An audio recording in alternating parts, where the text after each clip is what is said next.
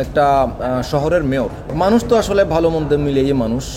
একজন বাবা হিসেবে খুব ভালো হয়তোবা, কিন্তু অন্য জায়গায় হয়তোবা তার অনেক মন্দ দিক আছে। ভালো মন্দ মিলিয়ে মানুষ, এটাও একটা ভালো মন্দ মিলিয়ে মানুষ আর কি। সাম্প্রতিক যে পট পরিবর্তন হয়েছে রাজনীতি, সেখানে কিছু সংযোজন করা হয়েছে ছবি, সেটা হয়তো খুবই কন্টেম্পোরারি করার জন্যে করা হয়েছে। কিন্তু আমি মনে করি যে একটা ছবির বৈশিষ্ট্য যেটা থাকা উচিত একটা চলচ্চিত্রের, সেই জায়গাটায় কিছু অঙ্গহানি হয়েছে এবং একটা শিল্পের যে জায়গাটা সেটা একটু ব্যাহত হয়েছে।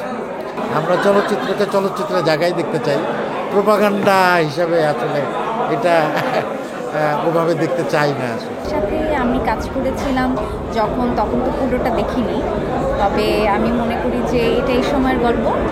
আমি সবাইকে আহ্বান করব যে আপনারা দেখতে আসুন, আপনাদের ভালো লাগবে।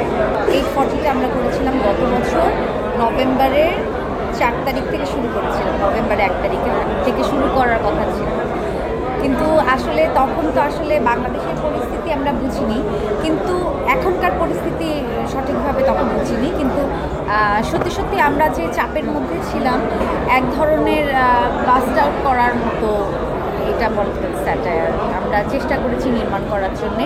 আমি সরোয়ার ভাইয়ের ডিরেকশনের এবং গল্পের আগে থেকেই ভক্তের একটা কারণ হচ্ছে ওনার বিষয় বৈচিত্র্য। একটি ছবি থেকে আরেকটি ছবি অনেক অনেক পার্থক্য, এবং এটা বলবো পলিটিক্যাল স্যাটায়ার এবং এক ধরনের পলিটিক্যাল ডকুমেন্টেশন, যেখানে অসম্ভব অনেস্টি এবং সত্যতা আছে, সেটা আমাকে মুগ্ধ করেছে। সবার পারফরমেন্স খুবই ভালো লেগেছে। ডেফিনেটলি 420-তে যেরকম অনেক কমিক টাইমিং ছিল, পলিটিক্যাল স্যাটায়ার ব্যাপারটা তো আসলে আমাদের সিনেমা হলে খুব একটা কমন না। সো এই জনরার একটা ভালো কাজ, এবং শেষে আসলে আমরা দেখি যে অনেক ধরনের ইমোশনাল মেসেজও থাকে, তো সব মিলিয়ে উপভোগ্য।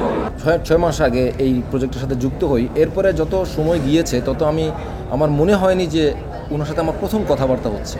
এই প্রজেক্টের মাধ্যমেই ওনার সাথে আমার মূলত পরিচয়। আমার মনে হয়েছে যে ওনাকে হয়তো আমি অনেক দিন ধরে চিনি, কারণ উনি ওনার চরিত্রগুলিকে নিয়ে খেলেন, উনি অনেক দিন ধরে কাজ করছেন, উনি অনেক পারফর্মারের সাথে কাজ করেছেন, পারফর্মারদের বিট বোঝেন, সব কিছু বোঝেন। উনি ওনার মতো করে ওনার চরিত্রটাকে তৈরি করে নেন আর কি। নীতিহীন রাজনীতির এটা হচ্ছে একটা পুরো চালচিত্র,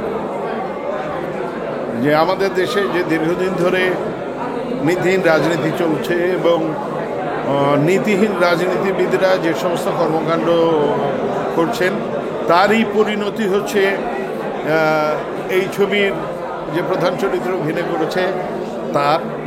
এবং এটা আমাদের জন্য, আমাদের সমাজের জন্য, আমাদের দেশের দর্শকের জন্য, সাধারণ মানুষের জন্য, বিশেষ করে যারা রাজনীতির নামে রাজনীতিহীনতা করছেন, অনৈতিক কার্যকলাপে লিপ্ত হচ্ছেন, তাদের জন্য একটা বড় শিক্ষণীয় বিষয়।